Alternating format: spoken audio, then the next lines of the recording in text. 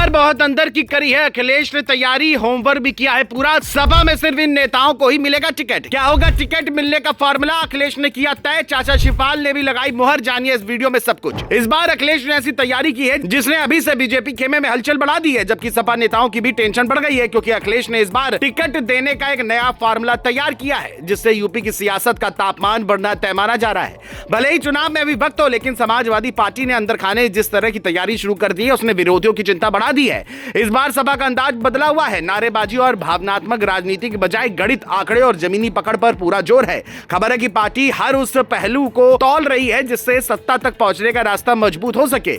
सभा मुखिया अखिलेश यादव सिर्फ चुनावी तैयारी नहीं कर रहे, बल्कि टिकट वितरण का पूरा फॉर्मूला पहले ही तय कर चुके हैं। सवाल यही है कि क्या इस बार मैदान में सिर्फ वही चेहरे उतरेंगे जो हर कसौटी पर खरे उतरेंगे और पार्टी के लिए सीट निकालने की क्षमता रखते हैं? चलिए जानते हैं। दरअसल 2027 चुनाव को लेकर सपा ने इस बार जोखिम न लेने का मन बना लिया है। पार्टी का साफ संदेश है कि टिकट उसी को मिलेगा जिसकी अपनी सीट पर सबसे मजबूत पकड़ होगी। अब केवल पुरानी पहचान, पार्टी में लंबा समय या बड़े नेताओं से नजदीकी ही टिकट का आधार नहीं बनेगी। अखिलेश ने साफ कर दिया है कि भावनाओं के बजाय आंकड़ों के सहारे चुनाव लड़ा जाएगा। यही वजह है कि इस बार टिकट की दौड़ में शामिल दावेदारों के लिए राह आसान नहीं होगी। सपा में टिकट पाना इस बार वास्तव में लोहे के चने चबाने जैसा माना जा रहा है। सपा की सबसे बड़ी प्राथमिकता बीजेपी को लगातार तीसरी बार सत्ता में आने से रोकना है। इसके साथ ही 2024 लोकसभा चुनाव में बने राजनीतिक माहौल को विधानसभा चुनाव में बदलना भी पार्टी के एजेंडे में सबसे ऊपर है। इसी मकसद से पीडीए रणनीति को और धार दी जा रही है। अखिलेश चाहते हैं कि उम्मीदवार वही बने जो वोट खींचने की वास्तविक ताकत रखता हो। सिर्फ पार्टी का पुराना नाम या संगठन में लंबा अनुभव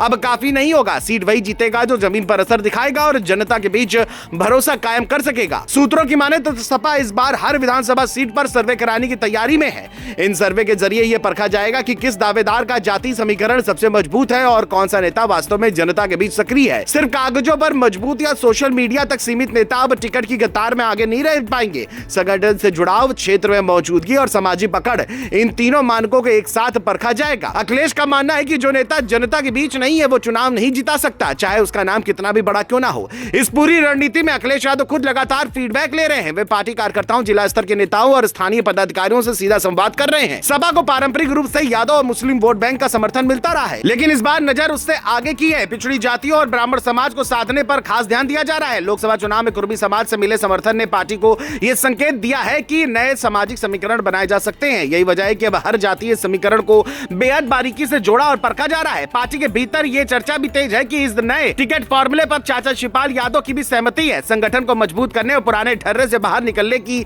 रणनीति पर पार्टी के भीतर एक राय बनती दिख रही है। यही कारण है कि कई पुराने और दिग्गज दावेदार भी इस बार दबाव में नजर आ रहे हैं और अपनी सक्रियता बढ़ाने में जुट गए हैं। समाजवादी पार्टी 2027 के विधानसभा चुनाव को हल्के में लेने के मूड में नहीं है। डेटा, सर्वे और जमीनी फीडबैक के दम पर चुनावी चक्रव्यूह रचा जा रहा है। अब देखना यही है कि इस नए टिकट फॉर्मूले से कौन नेता उभरकर सामने आता है और कौन सियासी रेस से बाहर हो जाता है।